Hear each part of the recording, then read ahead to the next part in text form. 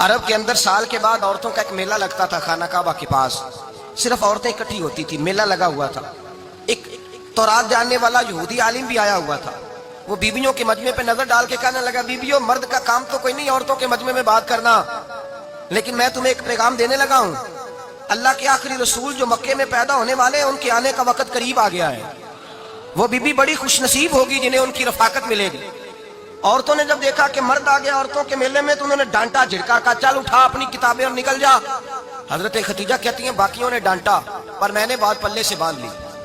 میں نے پلے سے باندھ لی اور میں انتظار کرنے لگی کہ اللہ کرے وہ نصیب میرے ہی ہو, اللہ کرے مقدر میرا ہی کھلے.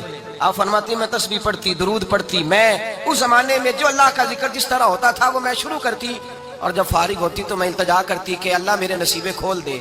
کہتی ہیں آہستہ آہستہ آہستہ آہستہ میں حضور کی تعریف سننے لگی. آہستہ آہستہ تعریف سننے لگی. نبی پاک صادق ہیں, امین ہیں, سچے ہیں, دیانتدار ہیں.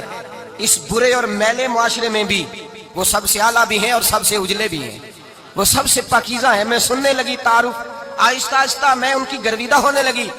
ادھر نبی پاک صلی اللہ علیہ وسلم اپنے چچا جناب ابو طالب کے پاس رہتے تھے. قحط آ گیا, حالات بگڑ گئے.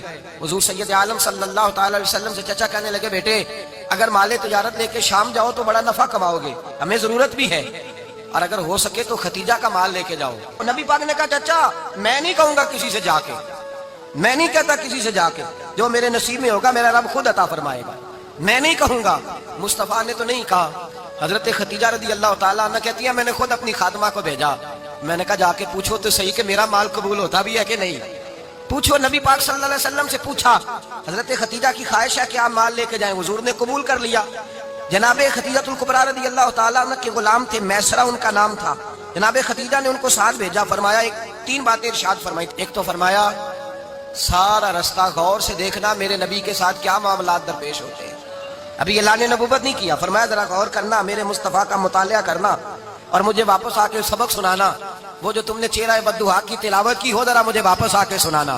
جنہاں نے دل بر جانی ڈٹھا ہو اکھیاں ہی تک لیاں, تو ملے ہوں تے ساجن ملیا ہوں ناسا لگ پیاں, ذرا جا کے نا تلاوت کرنا اور مجھے دکھ. اور دوسرا فرمایا تم میرے غلام ہو تو مصطفیٰ کے بھی غلام بن کے رہنا. میں سنتی ہوں کہ کردار کے, افکار کے, نظریات کی عظمت کے بلند و بالا, وہ جیسے کہیں ویسے کرنا. اور تیسری حضرت ختیجہ نے نصیحت فرمائی. فرمایا محمد ابن عبداللہ صلی اللہ علیہ وسلم کی رائے سے اختلاف نہ کرنا.